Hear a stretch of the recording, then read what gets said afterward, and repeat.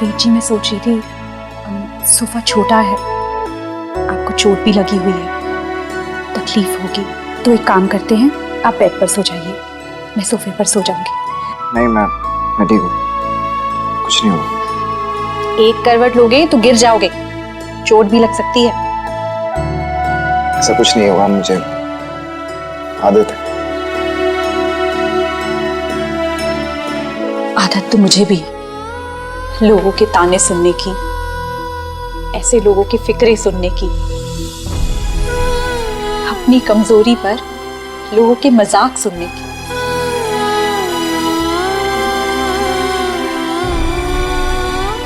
मुझे गलत मत समझिएगा, आपने जो मेरे लिए किया आज तक किसी ने नहीं किया।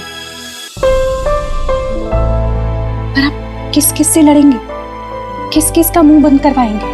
किसी को लंगड़ाते देख आधी दुनिया हंसती है और आधी दुनिया अफसोस करती है। और वैसे भी किसी के कुछ कहने से मेरी कमजोरी बढ़ थोड़ी जाएगी, उतनी ही तो रहेगी। दीदी, तुम में कोई कमी?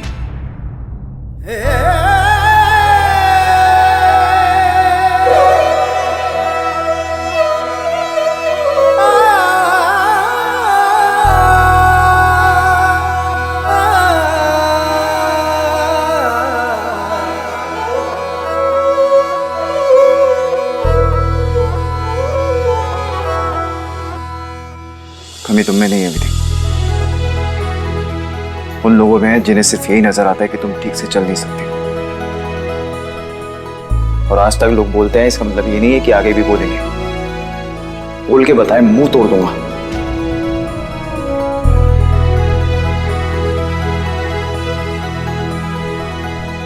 मेरे फ्रेंड के बारे में कोई कुछ नहीं बोल सकता, सिंपल, बस।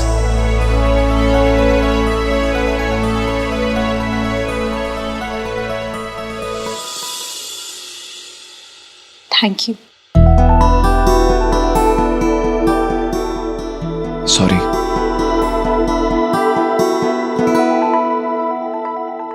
अजीब दोस्ती है ना, सॉरी भी है और थैंक यू भी। अलग टाइप की है।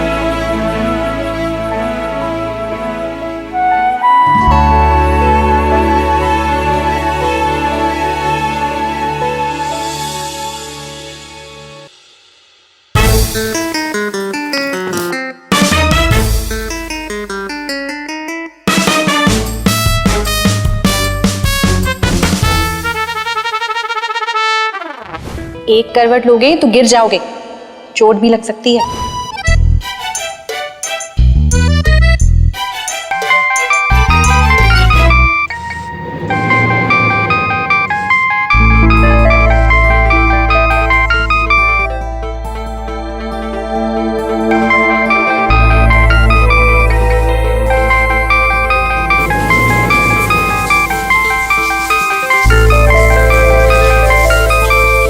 विधि,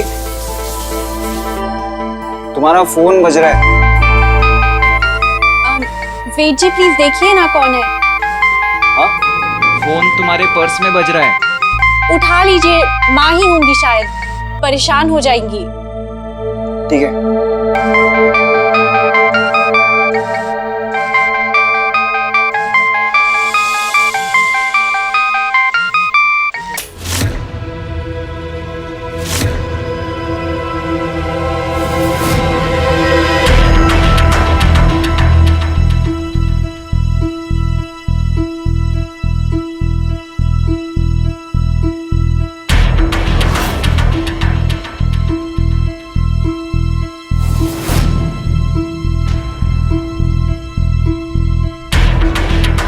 छोटे छोटे घुंघरू तुम्हारे हाथों में बजेंगे।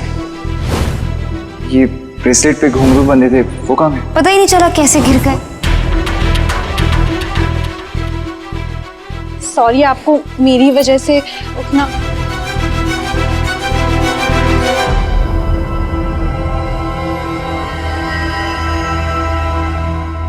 भाई ने तो कहा था कि ये घुंघरू गुम गए, फिर ये तुम्हारे पास।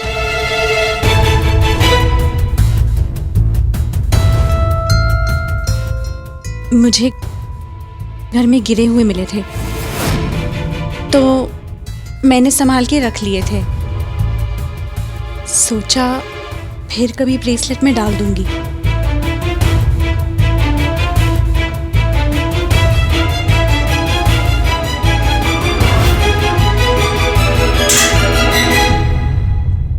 कोई जरूरत नहीं इसे संभाल के रखने की।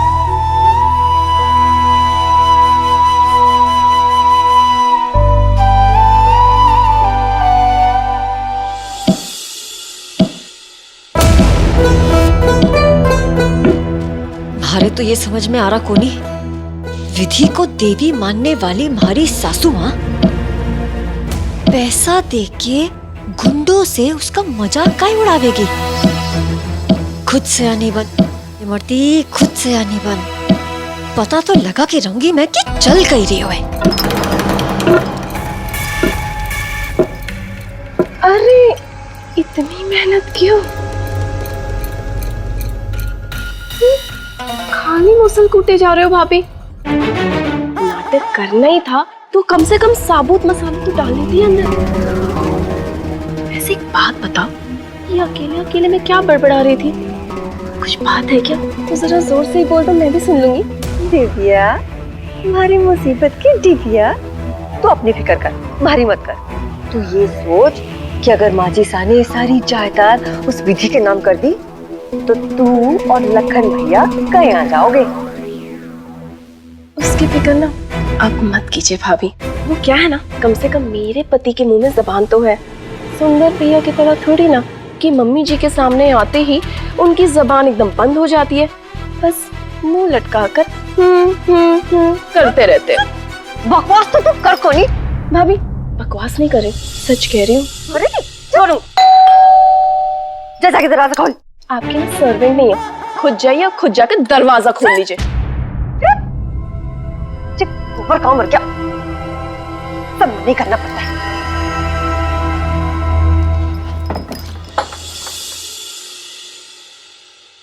माफ करो इमरती जी, बिना बताए आ गई। हाँ, नहीं, हमारे को माफ कर दो सूरजमुखी जी। हमारी बेटी बिन बुलाए घर की बहू बन गई। जब बिन बुलाए घर की घंटी तो बजा ही सको ना। कोई काम था? इमरती, पहले समधन जी को अंदर तो बुलाओ। मसाला कूटते कूटते तमीज भी कूट डाली। नहीं, आइए समधन जी।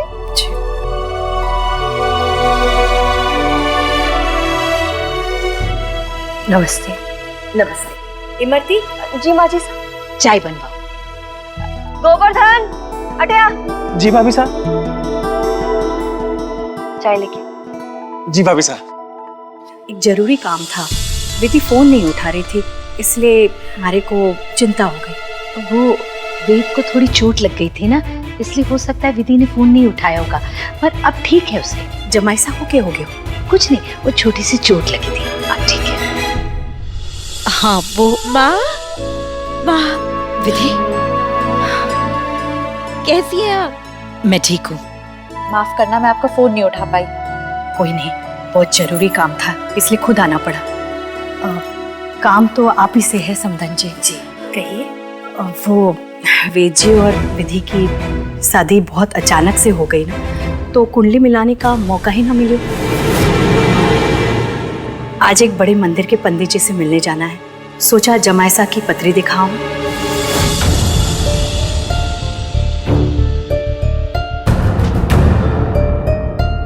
क्या है ना, आगे अगर कोई विपत्ति आती है तो उसके निवारण के लिए कोई उपाय दे देंगे।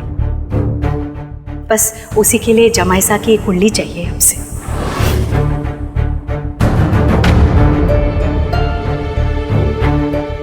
नहीं, मैं वेद की कुंडली इसे नहीं दे सकती।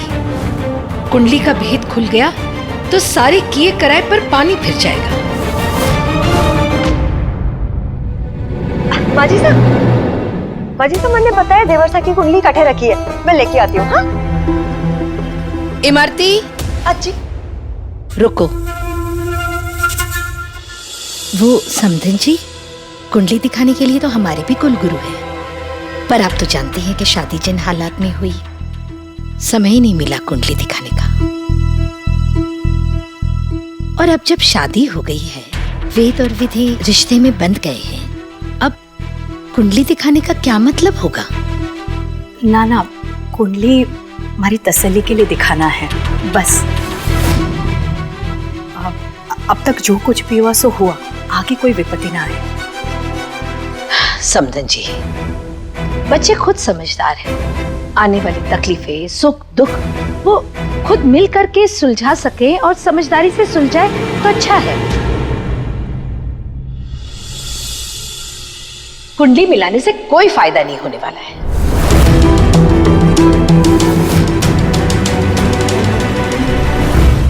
समधन जी, आप नाराज मत होइए। हमारे को तो बस इतना पता है कि अगर मालूम है कि बारिश होवे है तो आदमी छाता लेकर निकलता है। आप मुझे गलत मत समझिए समधन जी। आप इस तरह से सोचिए कि हम कुंडली दिखवाकर बच्चों को बिना बात के आगे होने वाले कल के लिए डरा रहे हैं। जो होना है उसे हो जाने दीजिए। अब देखिए ना, ऊपर वाले की मर्जी से विधि वेद की दुल्हन तो बन ही गई, और आगे का सोच के घबराना क्या। देखिए, आप हमेशा मुझे दोहे सुनाती है ना, आज मैं आपको सुनाती हूँ। तुलसी भरोसे राम के, निर्भय हो के सोए, अनहोनी होनी नहीं, होनी हो सो होए। फिर भी एक बार अगर कुंडली दिखा देते तो मन की शांति हो जाती। लेकिन कोई नहीं, आप जो कह रहे हो वो भी सही है। जो होनी है सो होवे। जी अच्छा, चलो हूँ जी। अच्छा, चलती हूँ लाडो, अपना ख्याल रखना, थोड़ी जल्दी में हूँ। रुकिए।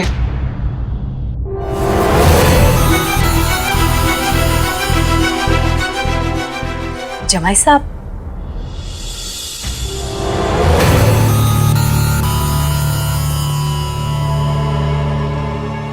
माँ, माँ आपकी बात अपनी जगह बिल्कुल सही है, पर मन की तसल्ली भी तो जरूरी है ना माँ। अब जब ये बात इनके मन में आ गई है तो जब तक ये बात सॉल्व नहीं होगी ये परेशान होती रहेंगी। इन्हें कुंडली दे दीजिए माँ। ठीक है बेटा, अगर तुम्हें लगता है कि कुंडली दिखाने से समस्या का हल हो सकता है तो मैं जाकर लेके आती हूँ। अभी इतना जोर दे के मना किया और अभी मान गई। मारे को नहीं लगता माजी सा इतनी आसानी से पत्री देगी। चक्कर का ही है, पतो लगाना पड़ोगो। अरे सीना जी, वो हमारे कमरे में इस्त्री सामने छोड़ दी, मैं अभी आती हूँ। वेद, मैं पत्री लेकर आती हूँ बेटा। हाँ बेटा, अभी आई जी।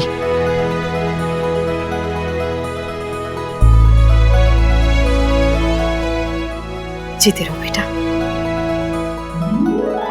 ये क्या हुआ? बहुत मामूली सी चोट है, आप चिंता मत कीजिए।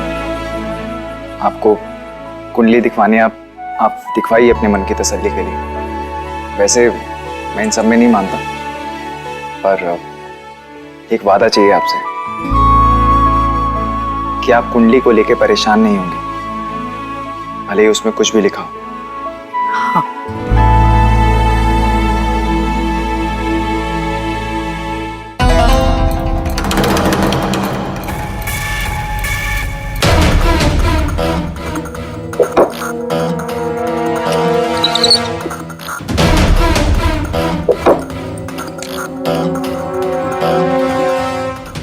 पत्री में जो लिखा है वो मैं बाहर नहीं आने दे सकती।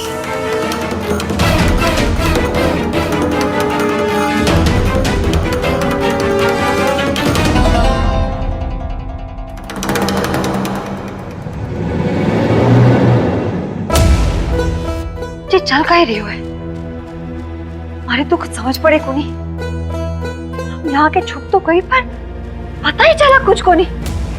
माजी सा पत्री दे भी रही है और ये भी कह रही है कि पत्री में जो लिखा है वो बाहर नहीं आना चाहिए। माजरा कही है, समझ पड़े को नहीं। चलो हूँ, ये लीजिए। धन्यवाद। गुरुजी कौन है? वो गोकरण जी श्रीनाथ जी के बड़े मंदिर के अहाते में बैठे हैं, बस यहाँ से वही जा रही हूँ। अच्छा, चलो आइए, मैं आपको बाहर तक छोड़ देता हूँ।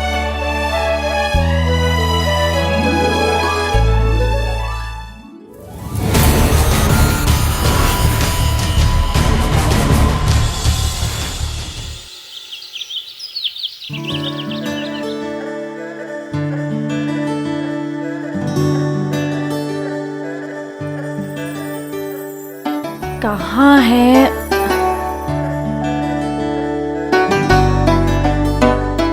कहाँ छुपा बैठा था? मिल गया। Congratulations, हमारा ये पाउच मिल गया। वैसे और कितने दिन का प्लान है इस बैग के साथ लुका छुपी खेलने का? ये घर है, होटल नहीं कि कपड़े बैग में ही रखे रहेंगे। रिश्ता ना सही, पर कबर्ड तो शेयर कर ही सकते। मैं आपको परेशान नहीं करना चाहती थी। मैं इतनी छोटी छोटी बातों से परेशान नहीं होता। अरे बहुत स्पेस है मेरे कबर्ड में।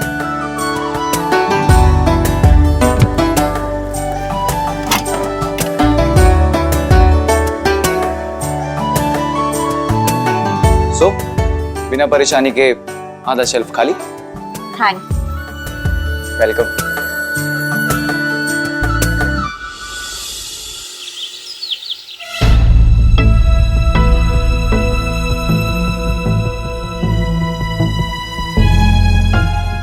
के पंडित जी?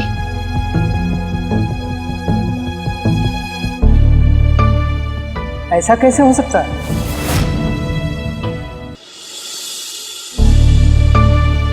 ऐसा कैसे हो सकता है? के हो गयो पंडित जी? कैसा कैसे हो सकता है? कोई अड़चन तो कोनी? हाँ, कोई उपाय करवानो है, कोई पूजा करवानी है, मारे को बताओ, मैं करवा दूंगी। बस हमारी विधि की जिंदगी राजी खुशी बीते। 7 और 3 10 ही होते हैं ना? हाँ पंडित जी। दशम भाव को नियंत्रित करता है मकर राशि, और मकर राशि का स्वामी है शनि। आगे बोलिए ना, हमारे को घबराहट हो रही है। क्या हो गया? वेद की कुंडली के अनुसार ठीक 3 महीने बाद विधि के जीवन में क्या होगा पंडित जी? राजरानी योग आने वाला है। श्रीनाथ जी, बहुत ही प्रभावशाली है आपके जमाई की कुंडली। बहुत कम देखने को मिलती है ऐसी कुंडली। मैं तो ये कुंडली देखकर दंग रह गया। सच पंडित जी, थारे को ये कुंडली दिखाकर हमारे दिल का बोझ हल्को हो गया है। धन्यवाद।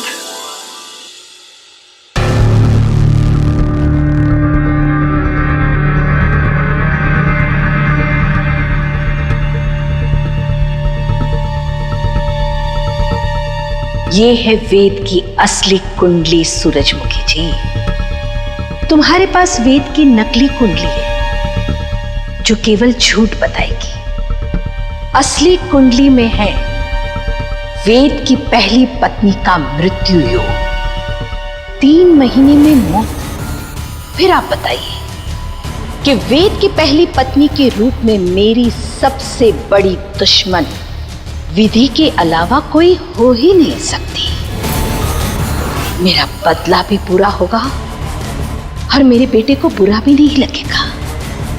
रही बात वेद और विधि की दोस्ती की, तो उसका भी इंतजाम मैंने कर रखा है। आज रात को वेद और विधि की दोस्ती पूरी तरह से टूट जाएगी।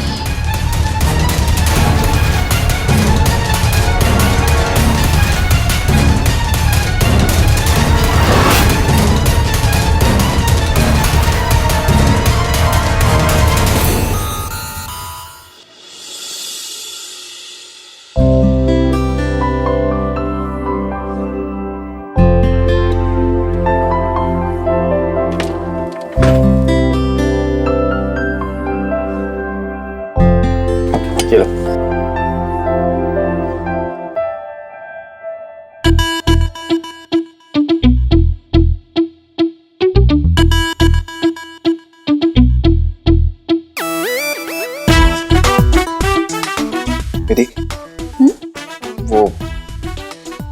तुम्हारा कुछ जरूरी सामान।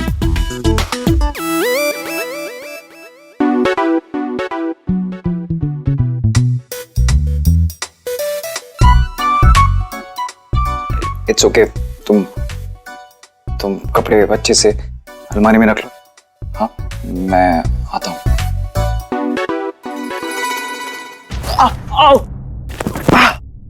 वीर जी!